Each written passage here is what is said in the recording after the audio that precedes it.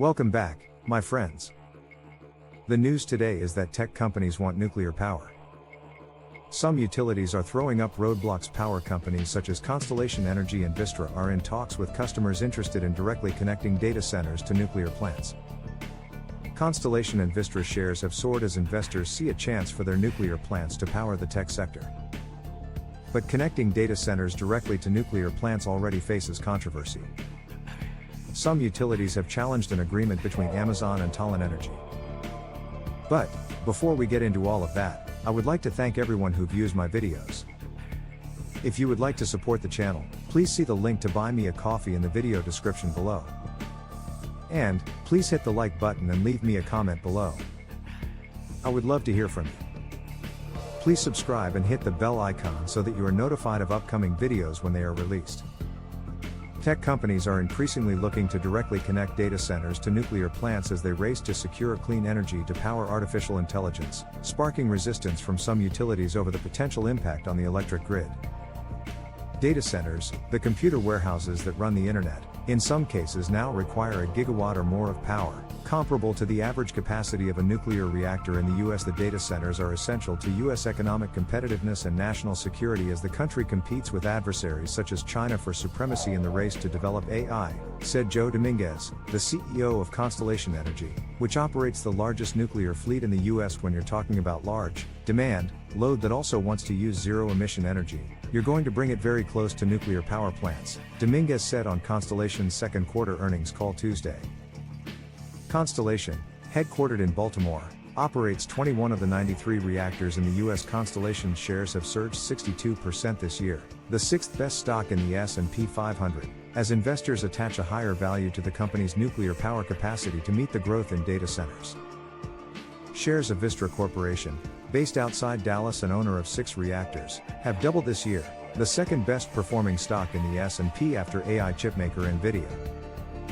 Tech companies are building out data centers just as power supply is increasingly constrained due to the retirement of coal plants and as demand is climbing from the expansion of domestic manufacturing and the electrification of vehicles.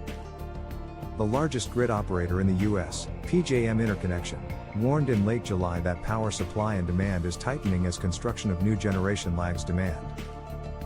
PJM covers 13 states primarily in the Mid-Atlantic region, including the world's largest data center hub in Northern Virginia. Constellation's Dominguez argued that connecting data centers directly to nuclear plants, called colocation by the industry, is the fastest and most cost-effective way to support the build-out of data centers, without burdening consumers with the costs of building new transmission lines. The notion that you could accumulate enough power somewhere on the grid to power a gigawatt data center is frankly laughable to me, that you could do that in anywhere that doesn't start with decades of time, Dominguez said. This is an enormous amount of power to go out and try to concentrate. What about Amazon's nuclear agreement? But co-locating data centers next to nuclear plants already faces controversy. In March, Amazon Web Services bought a data center powered by the 41-year-old Susquehanna nuclear plant in Pennsylvania from Talen Energy for $650 million. But the agreement to directly sell power to the AWS data center from the nuclear plant already faces opposition from utilities American Electric Power and Exelon, who have filed complaints at the Federal Energy Regulatory Commission, FERC. EEP and Exelon argue that the deal between Amazon and Talen sets a precedent that will result in less available power in the PJM grid area as resources flee to serve load that uses and benefits from, but does not pay for, the transmission system. This will harm existing customers, the utilities told FERC in a filing in June. Talen Energy has dismissed the objections as demonstrably false, accusing the utilities of stifling innovation. The rapid emergence of artificial intelligence in data centers has fundamentally changed the demand for power and leads to an inflection point for the power industry, Talen said in a June statement. Talen's colocation arrangement with AWS brings one solution to this new demand, on a timeline that serves the customer quickly. FERC has requested more information on the service agreement between Talen and AWS. The regulator is holding a conference in the fall to discuss issues associated with connecting large electricity loads directly to power plants. It really is a great opportunity for there to be interaction between stakeholders and the commissioners in an informal setting like a conference, as opposed to doing so in litigation, Kathleen Barone, Chief Strategy Officer at Constellation, said on the power company's recent earnings call, referring to the fall FERC meeting. Big Tech is shopping for nuclear power. Constellation and Vistra have backed the AWS Tallinn agreement in filings to FERC, with each of their CEOs saying on their earnings calls this week that colocation and traditional grid connection will be needed to meet demand. Barone told CNBC that Constellation has seen interest from many tech companies in potentially co-locating a data center at one of its sites. Vistra is having numerous conversations with customers about colocation and is in due diligence for a number of sites, CEO Jim Burke said Thursday. With the dispute in the PJM region over colocation, data center developers may take a closer look at Texas, which operates its own grid called ERCOT, Burke said. We're seeing some interest in Comanche Peak, Burke told analysts on the company's second quarter earnings call, referring to one of Vistra's nuclear plants. Comanche Peak, about 50 miles outside Fort Worth, Texas, has 2 reactors with 2.4 gigawatts of capacity, enough to power 1.2 million homes in typical conditions and 480,000 homes in peak periods, according to Vistra. And Dominion Energy has indicated it is open to connecting a data center to the Millstone nuclear plant in Connecticut. The Dominion service region includes Northern Virginia, the epicenter of the data center boom. We continue to explore that option, CEO Robert Blue said on Dominion's second quarter earnings call. We do clearly realize any colocation option is going to have to make sense for us, our potential counterparty and stakeholders in Connecticut. Kelly Trice, president of Holtec International, a privately held nuclear company headquartered in Florida, said the U.S. needs to start thinking more about balancing the power needs of data centers with those of all consumers. Holtec is working to restart the Palisades nuclear plant in Michigan and has also had conversations with tech companies about nuclear energy. Essentially, the hyperscalers and the data centers can take all the power and the consumer not get any of that if we're not careful, Trice told CNBC. So the balance there, where the consumers actually get what is rightfully theirs too, is a factor. The United States hasn't really started wrestling with that yet, Trice said. But I think we're getting close. AI data centers are incredibly power hungry due to the extensive processing and data handling required for AI operations. Traditional data centers typically need around 32 megawatts of power, but AI data centers can require up to 80 megawatts. This significant increase in power demand has led experts to explore alternative energy sources, including nuclear power. One promising solution is the use of small modular reactors, SMRs, which are advanced, scaled-down nuclear reactors. These reactors could potentially be built into data centers to provide a dedicated and reliable power source. Companies like Microsoft and startups like Oklo are already investing in this technology to meet the growing energy needs of AI. While SMRs are still in the development phase and face regulatory challenges, they represent a potential future solution for powering AI data centers efficiently and sustainably. Improving the energy efficiency of existing data centers is crucial for reducing operational costs and minimizing environmental impact. Here are some effective strategies. Optimize cooling systems. Implementing advanced cooling techniques like liquid cooling, hot/cold containment, and free cooling can significantly reduce energy consumption. Upgrade IT equipment. Replacing outdated servers and storage devices with more energy-efficient models can lower power usage. Virtualization and consolidation of workloads also help in reducing the number of physical servers needed.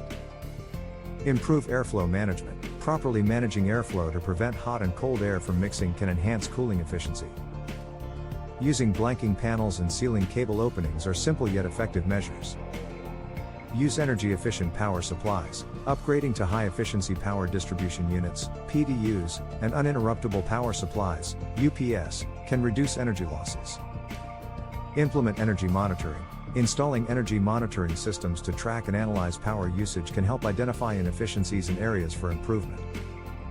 Adopt renewable energy. Integrating renewable energy sources like solar or wind power can reduce reliance on traditional energy sources and lower the carbon footprint. Optimize data center layout. Designing the layout to minimize the distance between servers and cooling units can improve efficiency. Regularly reviewing and adjusting the layout based on usage patterns is also beneficial.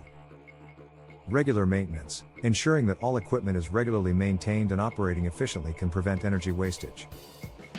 These strategies can help make data centers more sustainable and cost-effective.